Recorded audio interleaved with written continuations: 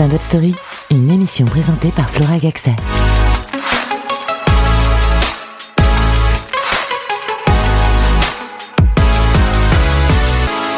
Bonjour, vous écoutez Stand Up Story, l'émission qui vous fera aimer le stand-up, du moins je l'espère. Je suis Flora et nous avons la chance d'accueillir pour cet épisode David Bugnac. Bonjour David, comment vas-tu ? Salut Flora, écoute, ça va super bien. Ravi d'être ton invité à Speed Radio. Merci beaucoup de l'avoir accepté. Et avant de parler un peu de ton parcours et de tes sketchs, j'ai préparé quelques petites questions décalées pour mieux te connaître. Est-ce que tu es prêt ? Prêt. Est-ce que tu me fais confiance ? Ouais. Est-ce qu'il faudrait, je ne sais pas. Mais... pourrais-tu nous donner 2 traits de personnalité qui ne te correspondent pas, s'il te plaît ? Ponctuel et insensible. Donc normalement, ça veut dire que tu n'es pas ponctuel. Voilà. Pourtant, tu l'as été aujourd'hui. Ouais, c'est un exploit. Ok, bon. Non, mais c'est vrai que j'ai toujours du mal avec les horaires. En fait, j'ai tendance à partir des fois un peu en retard. Je me fixe des challenges et je suis persuadé que je suis capable de rattraper le temps. Et battre le GPS quand il affiche certains horaires. Ouais, je dis non, il essaye de me feinter. Moi, je vais être meilleur que lui. Je vais passer par un autre chemin et je vais même arriver en avance. Et c'est rarement le cas en fait. Ah oui, je suis en train de me dire, ok, arrive en avance carrément, ouais. Mais non. Ok, écoute. Et insensible, parce qu'en fait, je suis tout l'inverse. Bah écoute. Je suis hyper sensible. On va aller dans le sens donc, des compliments. Alors, quels compliments aimerais-tu qu'on te fasse ? Vu que tu dis que tu es sensible. Que j'ai je sais pas si on peut dire un trop plein d'empathie, mais en tout cas, voilà, j'aime pas voir les gens malheureux et puis tristes. Voilà. Et donc, le compliment que tu aimerais qu'on me fasse on me dit souvent que j'ai un grand cœur. Alors je sais pas. Ça, si on te le dit, c'est pas. Enfin, c'est quelque chose que tu aimerais qu'on te dise, mais qui n'est pas. Mais sinon, t'en fais pas. Quelque chose que j'aimerais qu'on me dise. Oui. Quelqu'un qui arrive à ne pas se prendre la tête. J'aimerais qu'on me dise putain, ouais, comment tu fais toi pour que tout glisse en fait. Ok. Mm-hmm. Et sinon, est-ce que tu pourrais nous donner le nom d'un artiste que tu adores et un compliment que tu aimerais lui faire ? Un seul. Un de ceux qui m'a donné envie de faire ce métier ? Comme tu veux, à toi de choisir. Il y en a pas mal. Et, alors moi, c'est vrai que j'ai beaucoup aimé Les Inconnus quand j'étais plus jeune. Il y a eu des artistes comme Dupontel, Gad Elmaleh.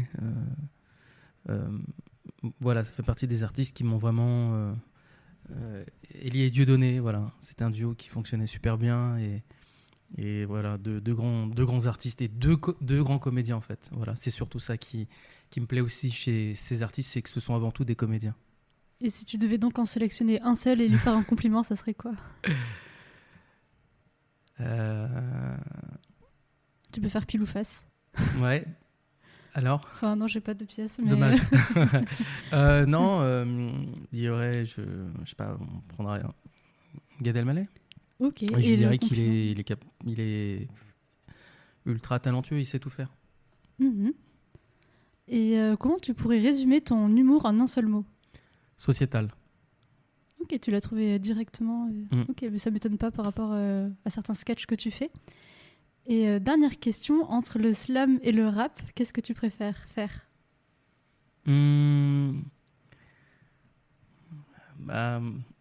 les auditeurs comprendront tout à l'heure pourquoi je pose la question. Ah, d'accord. Toi aussi, tu vas découvrir. Ok. C'est pour ça que je t'ai demandé avant de t'échauffer les vocalises. Ok, je comprends mieux maintenant. Non, mais j'aime beaucoup le rap.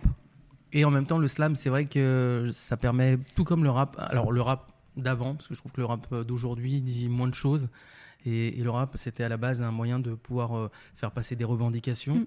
Aujourd'hui, les gens revendiquent moins de choses, finalement. Et le slam permet de le faire, justement. Ok. Et c'est ce que tu fais dans ton spectacle, un petit peu. Ouais, un mix des deux. On parlera de ça un petit peu après. Ah oui, qu'est-ce que je vais dire ? Donc nous, on s'est croisés donc, récemment, il n'y a même pas 2-3 semaines, au Grenier du Rire. Donc Sébastien Moulina, qui est le responsable, qui est venu aussi récemment, tout comme Élise Orlise, qui joue régulièrement là-bas. Il s'agit d'une scène où tu joues souvent ? Oui, très souvent. C'est une scène où j'adore jouer, parce qu'il y a une liberté de ton, justement. Et Sébastien Moulina, que j'aime vraiment beaucoup, qui qui donne vraiment tout ce qu'il peut pour son lieu. Et puis pour les artistes aussi, c'est quelqu'un qui est proche de ses artistes.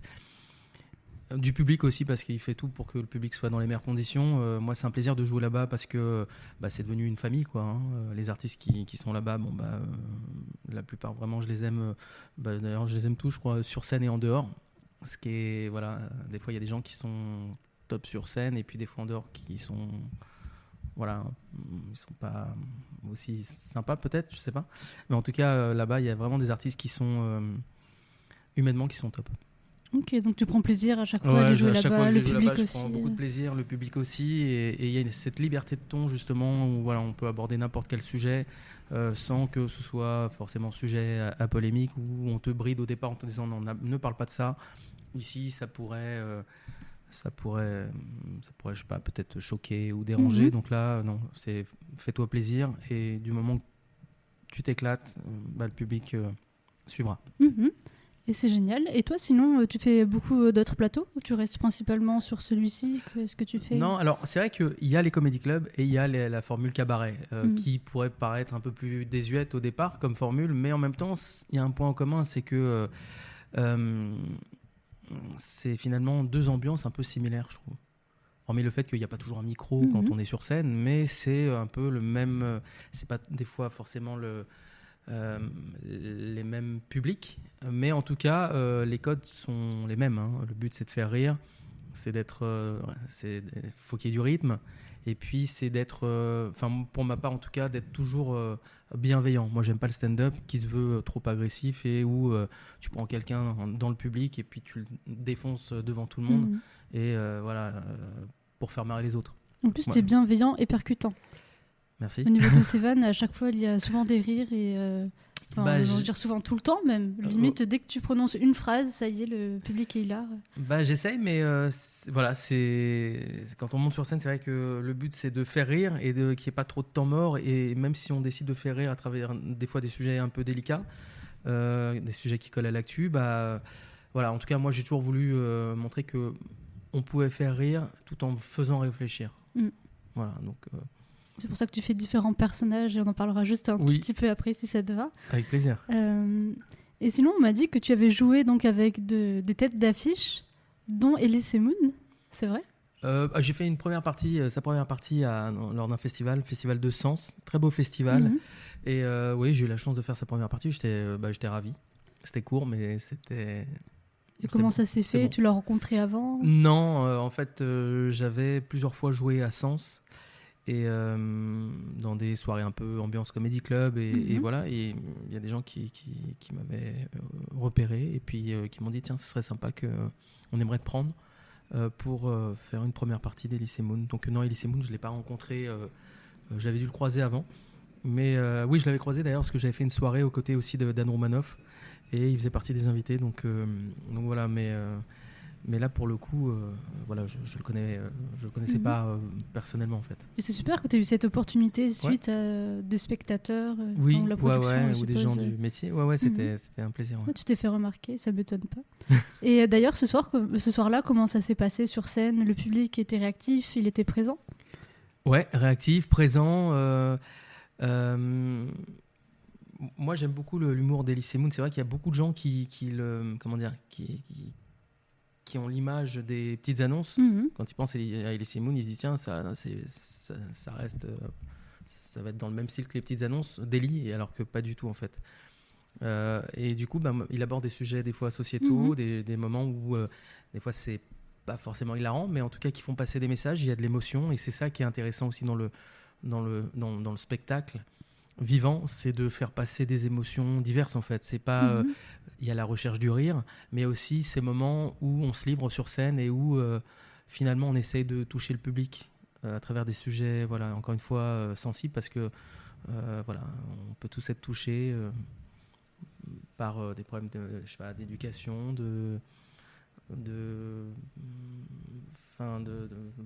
ou parce qu'on a perdu quelqu'un et où finalement on arrive à émouvoir le public, quoi. Vous avez un peu la même ligne éditoriale alors? Les mêmes sujets? Peut-être un peu. Puis bon, derrière chaque humoriste, je pense que des fois il y a aussi une sorte, il y a un petit mal-être aussi des fois. On essaie justement quand on est sur scène, de se libérer de plein de d'angoisse, de frustration. Et puis voilà, on lâche tout quand on est sur scène. On a un peu l'impression, enfin en tout cas pour ma part, j'ai l'impression d'être comme un boxeur. Je monte sur scène et là, il n'y a plus rien qui m'atteint. Mais tu dégommes pas le public. Non. Tu ne le frappes pas. Non, jamais. Parce que tu disais être bienveillant, justement. Toujours bienveillant. Mais voilà, c'est en ça que je suis le boxeur, mais qui ne frappe pas son public. Non, on peut envoyer des vannes, mais tout enfin, je trouve qu'il faut rester correct et voilà, encore une fois, moi j'aime pas trop les trucs où on dit ferme ta gueule aux gens, quoi. Oui, c'est pas très respectueux, c'est sûr. Non, mais c'est la tendance en fait, le côté un peu humiliant qu'on retrouve à travers les réseaux sociaux où ce qui buzz, c'est toutes les vidéos où on voit des gens qui se font mal, qui se pètent la gueule ou à qui il arrive des galères. Bon, les gens ont tendance à en rire. Et finalement, des fois, on voit que sur scène, ce côté harcèlement qu'on essaie de combattre à travers le harcèlement dans les écoles, finalement, on voit que dans certaines salles de spectacle, plus on s'en prend à quelqu'un et plus ça fait rire tout le monde. Et moi, quelque part, c'est... Voilà.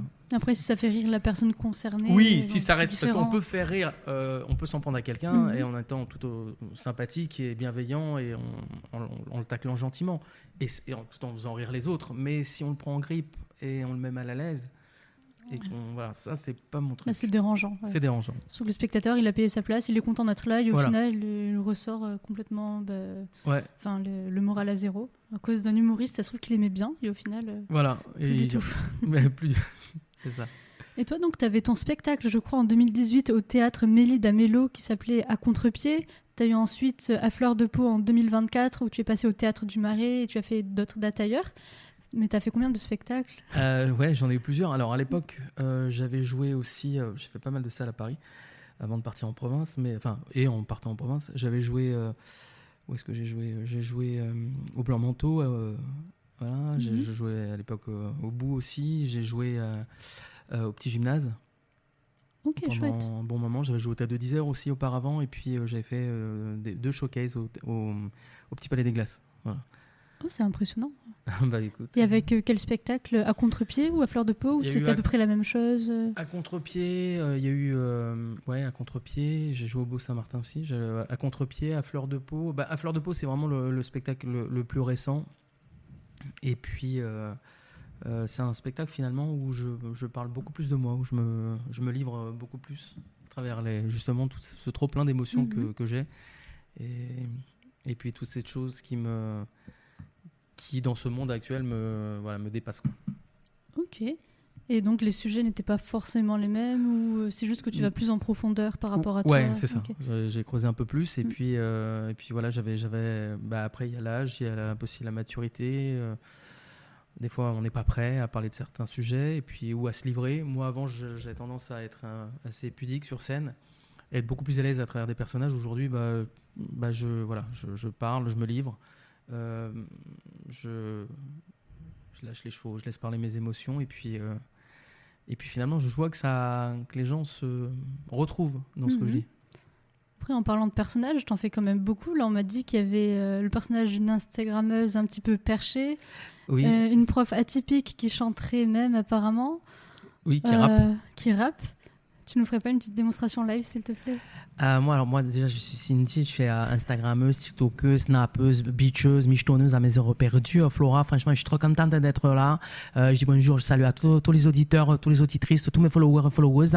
Franchement, je vous kiffe trop, cœur sur vous. Continuez à me suivre, à me follow, partagez, mettez des likes. Franchement, si vous le faites pas, je vous radie à vie de mes réseaux sociaux. Franchement, moi, je suis comme ça, je donne tout, mais en retour, j'aime franchement qu'on me rende de l'appareil.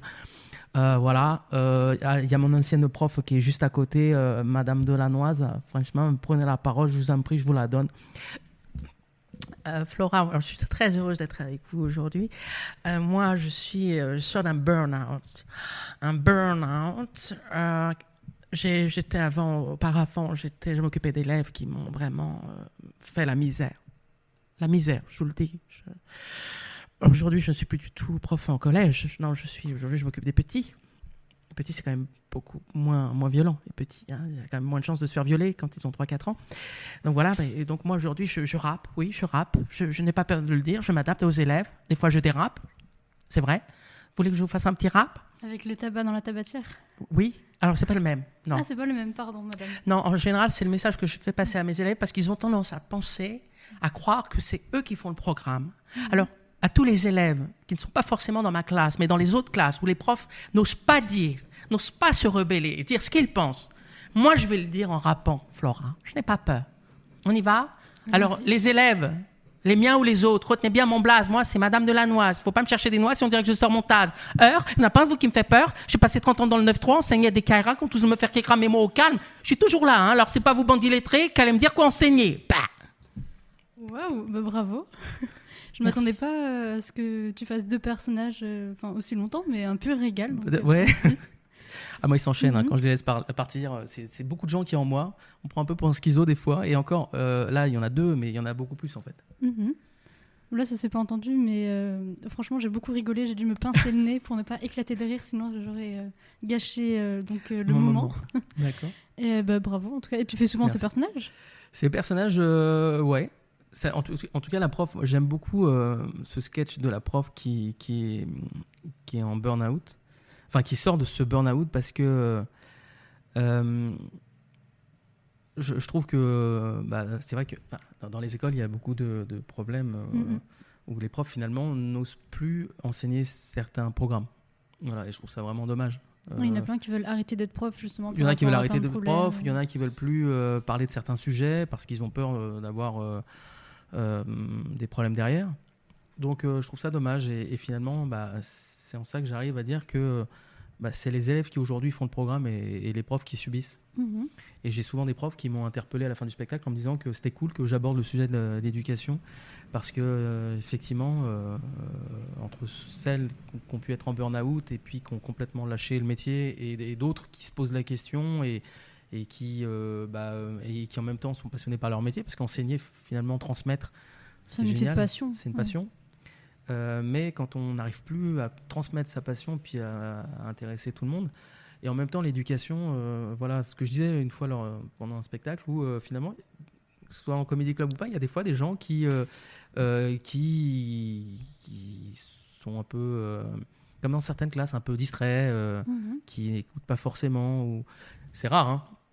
Mais et c'est en ça que je disais que, et pourtant des gens qui faisaient partie d'une grosse boîte. Donc on pourrait se dire que ces gens-là sont hyper bien éduqués et finalement l'éducation, c'est ce que je faisais passer comme message. L'éducation, c'est pas une question ou d'origine ou une question de milieu en fait. L'éducation, on l'a ou on l'a pas en fait. Et on a tendance à stigmatiser justement les jeunes parce qu'on trouve que ils manquent de codes, ils n'ont pas les codes, ils sont mal élevés ou pas. Moi je trouve que c'est tout le contraire en fait. Ça dépend peut-être en fait d'une personne. Voilà, il faut pas stigmatiser. Il y a des gens bien partout et puis il y a des gens mauvais aussi partout en fait. Oui, tu as bien raison. Et c'est important d'avoir quelque chose à dire justement pour les profs et pour plein de personnes autour de l'éducation. Oui. Parce que c'est pas un sujet qu'on entend souvent. Même je sens que ce podcast va intéresser beaucoup ma famille parce qu'il y a que des profs quasiment. Ah ouais. Que des profs. Ah bah écoute, si ça leur parle, c'est cool. C'est certain. Ouais, moi c'est un sujet qui me touche vraiment quoi. Pendant un moment, on a laissé penser à des jeunes, même issus entre parenthèses de l'immigration, qu'ils pouvaient réussir que soit dans le foot ou peut-être dans l'humour parce qu'ils avaient vu le Jamel Comedy Club, alors que non, en fait, ils peuvent réussir partout, en fait. Et j'ai plein d'exemples autour de moi de jeunes qui ont réussi, qui ont fait des carrières incroyables, qui sont devenus de grands cardiologues, des gens qui au départ partaient de rien et qui avaient des parents qui parlaient pas forcément français et qui pour autant parce que ils ont cru en eux et qui se sont battus, ils ont réussi et c'est une belle revanche en fait sur les gens qui stigmatisent et sur le monde en général en fait. Oui, c'est certain. Ça peut, on montre que quel que soit son milieu, on peut réussir en fait.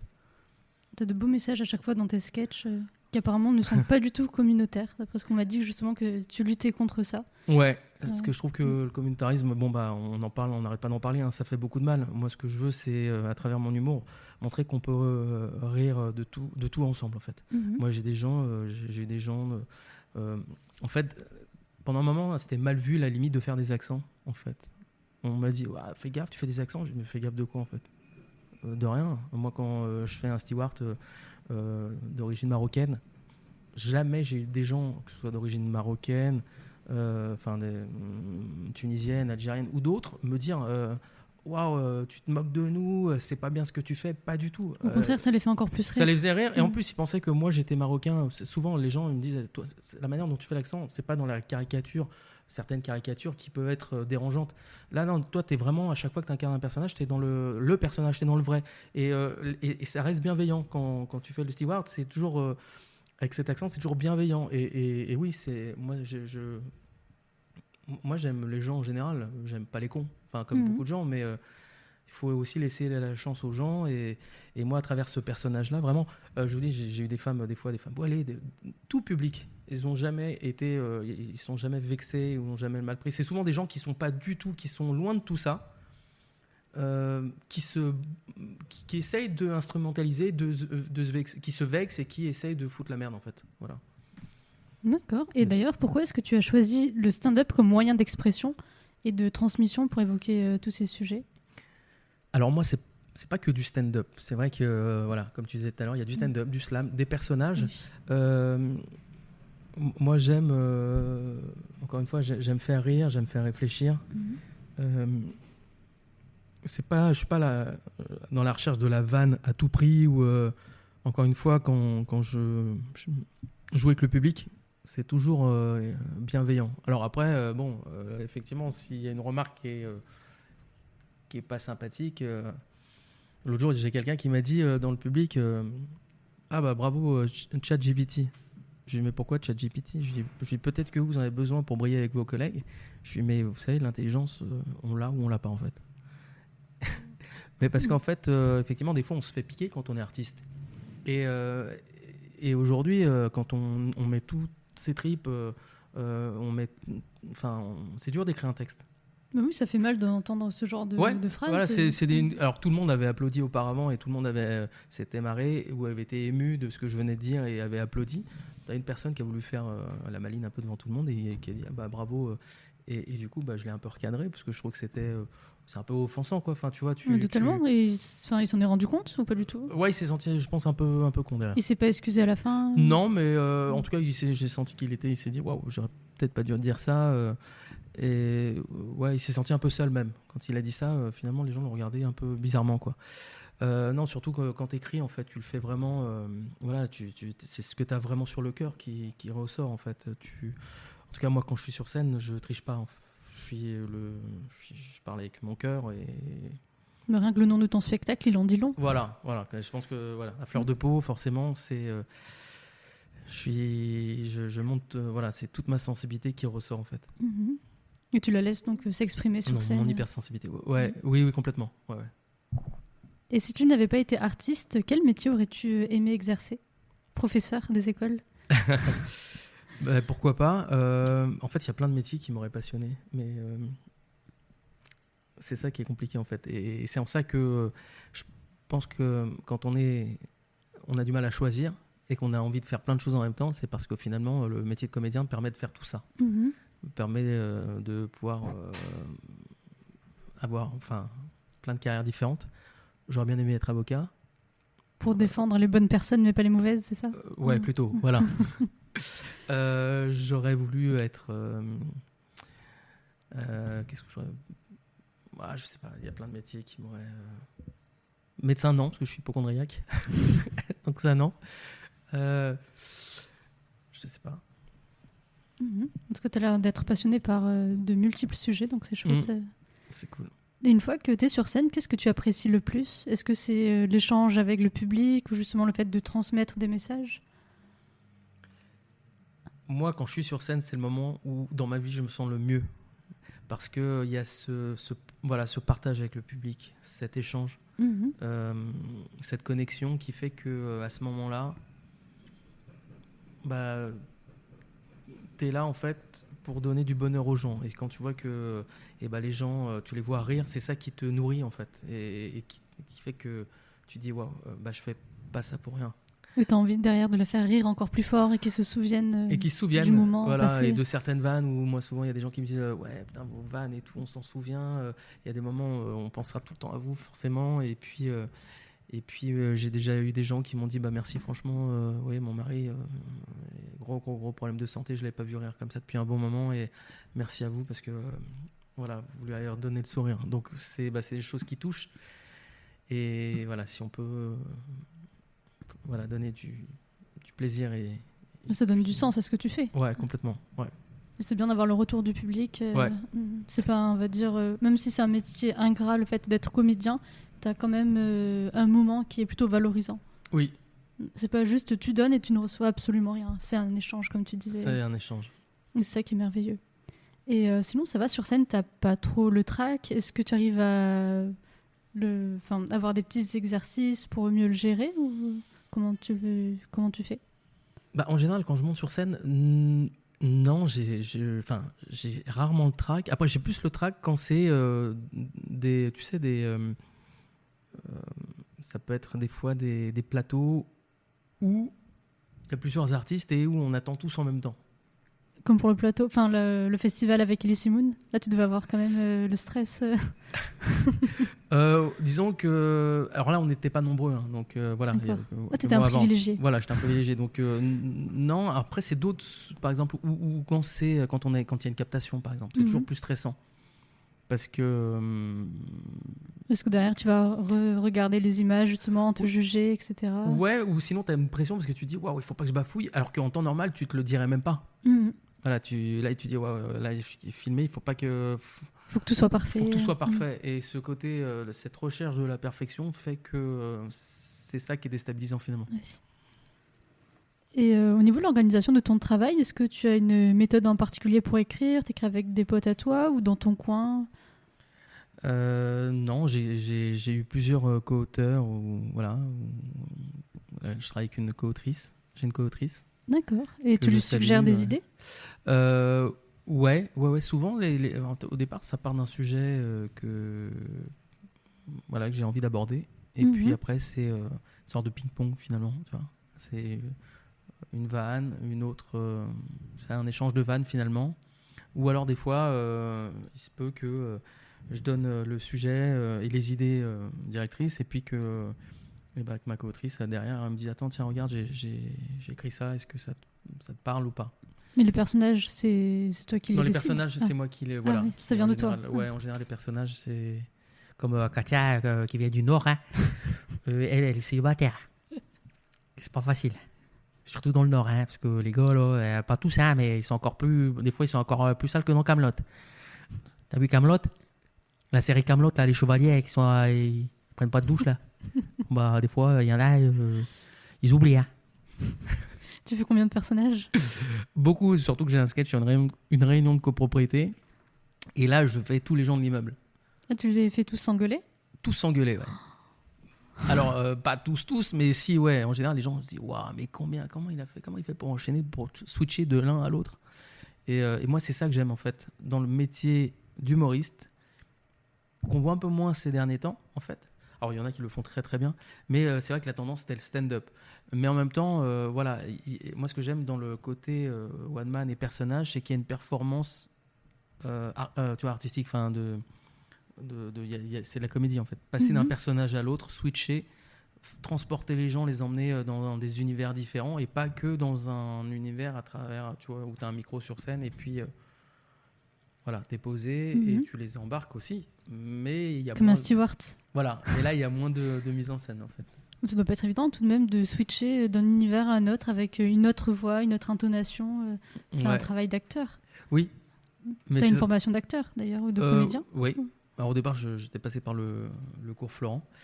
Et puis voilà. Bon, j'avais fait des petites pièces aussi à côté de théâtre. Mais ma passion, c'est vraiment c'est la scène. Et imaginons que tout soit possible. Quel serait ton rêve ultime dans le milieu de la comédie? De la scène, en fait. Même.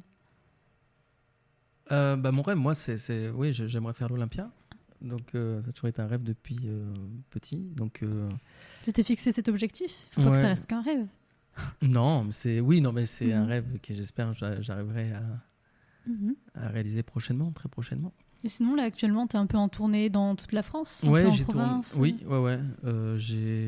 Pareil, je serai au théâtre de la Fontaine d'Argent à Aix-en-Provence. Ok. Au mois d'avril. En avril? Ouais, je crois que c'est 16, 17, 18. Je suis plus très sûr des dates, mais je crois. Puis j'ai d'autres dates un peu avant. En tout cas, j'en parle un peu sur les réseaux. Et je t'en parles beaucoup, même tu fais des petites vidéos YouTube. Ouais, je me suis mis à faire des vidéos. Voilà, finalement, j'y ai pris du plaisir. Au départ, c'était compliqué parce que je trouvais que le métier justement d'humoriste à travers les réseaux sociaux et sur la scène, ça n'avait rien à voir.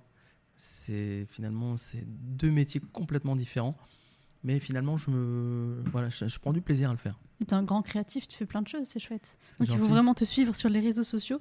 Et comment les auditeurs peuvent suivre ton actualité alors? C'est quoi ton pseudo? En fait, c'est mon nom, David Buniac, B-U-N-I-A-K, David Buniac. Je suis sur Instagram, TikTok, Facebook. Pour Donc les il ne plus faut pas le rater. Donc Ne allez ratez voir pas. toutes ces vidéos, essayez de voir s'il passe à côté de chez vous, au niveau des différentes villes en France, parce qu'il ne passe pas qu'à Paris. Donc merci en tout cas David pour ta venue. Merci Flora, c'était un plaisir. Vraiment, j'ai adoré ce moment. C'était cool. C'est réciproque, merci beaucoup. Et l'émission touche à sa fin et nous vous remercions d'avoir écouté Stand Up Story, l'émission qui vous fera aimer le stand-up, du moins on l'espère. Bonne journée à vous tous et à la semaine prochaine.